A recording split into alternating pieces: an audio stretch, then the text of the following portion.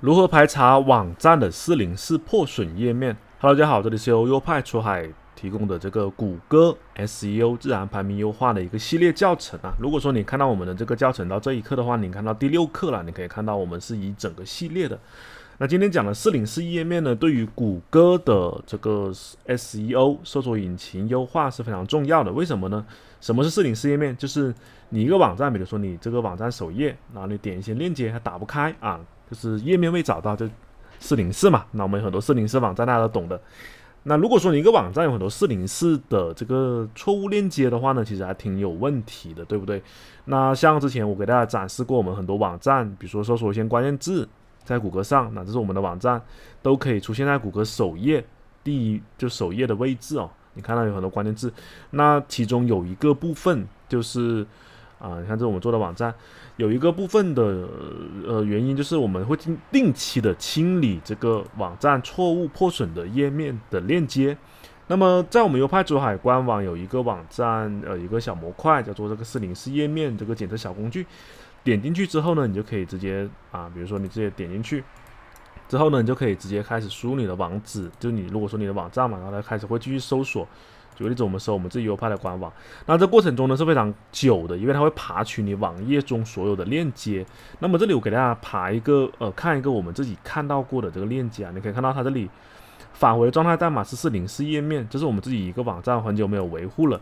我这里简单跟大家分享一下，为什么有时候会出现404这个页面呢？是因为有时候你在网站的后台，比如说删掉了一些页面或者删掉了一些那个板块，它很可能打不开。你可以看到那个直接就404页面，就是你删掉了一个页面之后，你并没有在你的网页中更新还在更新中。你就会出现这个404破损，所以呢，作为一个网站的管理员来说你一定要及时的去发现你的网站的这个链接。那么404页面就是这个找不到页面，你可以看到，其实我这个网站因为它存在很久，它有些页面已经被我删掉，还没有及时更新。那404页面呢，分为内链跟外链有时候比如说举个例子，这是我们第2个做的一个测试，你看到它这个内链其实都还挺不错的。这个网站是这一个 TestHardness 这个网站。它对应的呢是这一个网站嘛，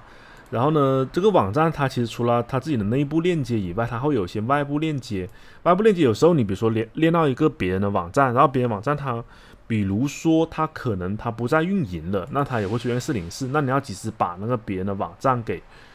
去掉所以我这里在我们这个工具这个404死链检查这工具中呢，也简单介绍了一下这一个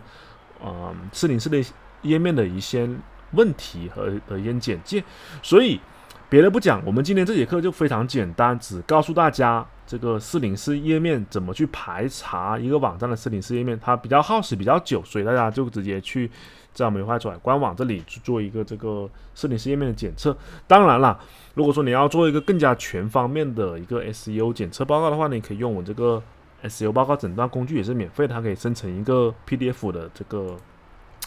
PDF 的这一个版本这个生成报告。反正无论是怎么样呢，我们还是会建议大家认真对待这一个网站的页面404页面的这个问题如果说你的网站出现了像我这一个